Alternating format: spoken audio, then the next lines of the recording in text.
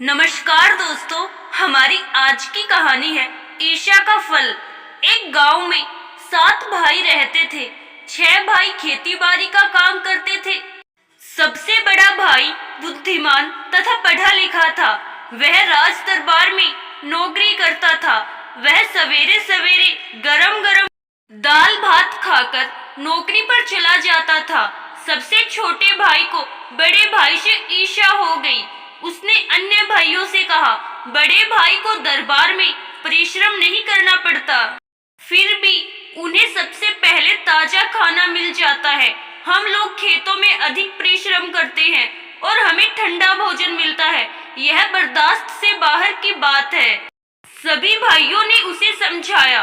बड़े भाई का काम बड़ी बुद्धिमानी का है। छोटे भाई ने कहा, मुझे मालूम है कि उसका काम बड़ा नहीं, बड़े आराम का है। वह काम मैं भी कर सकता हूँ। कल मैं ही उसकी जगह पर काम करने जाऊंगा। पांचों भाइयों ने उसे समझाया कि देखा देखी करना ठीक नहीं है, लेकिन छोटे भाई ने नहीं माना। बड़े भाई को जब यह बात मालूम हुई तो उसने मुस्कुराकर कहा, ठीक है, मैं कल नहीं जाऊंगा, दरबार में वही जाएगा। दूसरे दिन सवेरे ही वह गर्मा गर्म भोजन करके दरबार में पहुंचा और अपने भाई की कुर्सी पर अकड़कर बैठ गया। इस नए आदमी को दरबार में देखकर राजा ने पूछा, वह कौन है? पुराना कर्मचारी कहाँ है? छोटे भाई ने कहा, आज भाई की जगह मैं यहाँ विचार देने आया हूँ। राजा ने उससे एक प्रश्न किया, बंदूक की एक ही गोली हिरन के पाँव और कान में कैसे लग सकती है?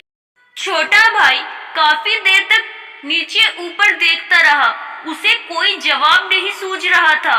उसने कोई जवाब नहीं दिया तो राजा ने आदेश दिया कि इस कुंद बुद्धि वाले आदमी को दिन भर एक पाँव पर खड़ा रखा जाए। वह सारा दिन एक ही पाँव पर खड़ा रहा।